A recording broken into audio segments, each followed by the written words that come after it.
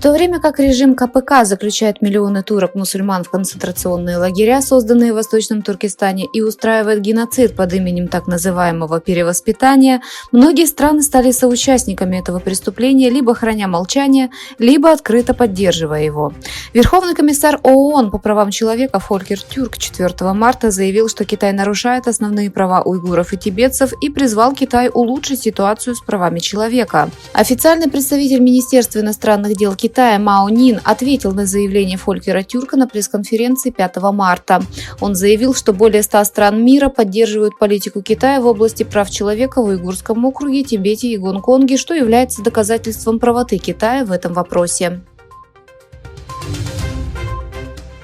Группа из 19 членов обеих партий в Палате представителей Конгресса США представила законопроект под названием «Закон о защите американцев от контролируемых действий иностранных противников» от 5 марта 2024 года.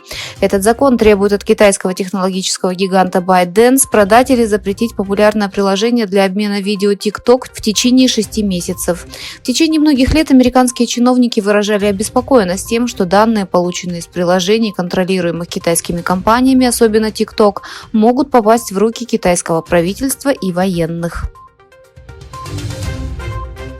Китайский нефтегазовый гигант CNOOC объявил об открытии новых запасов, содержащих более 100 миллионов тонн нефти в Южно-Китайском море. Было отмечено, что запасы расположены на нефтяном месторождении Кайпинг-Саут в дельте жемчужной реки в провинции Гуандун и содержат легкую нефть. Сержант Корбен Шульц, аналитик разведки, служивший в вооруженных силах США, как сообщается, был арестован по обвинению в продаже Китаю секретных военных документов.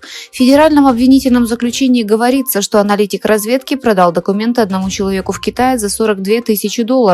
Прокуроры заявили, что с июня 2022 года Шульц и его сообщник начали общаться через интернет и зашифрованные приложения для обмена сообщениями.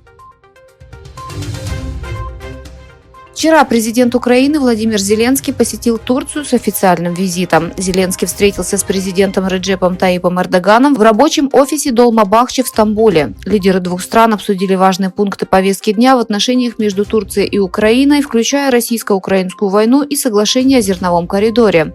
Во время визита в Стамбул президент Украины также осмотрел второй корвет типа Ада, который Турция строит для украинских ВМС.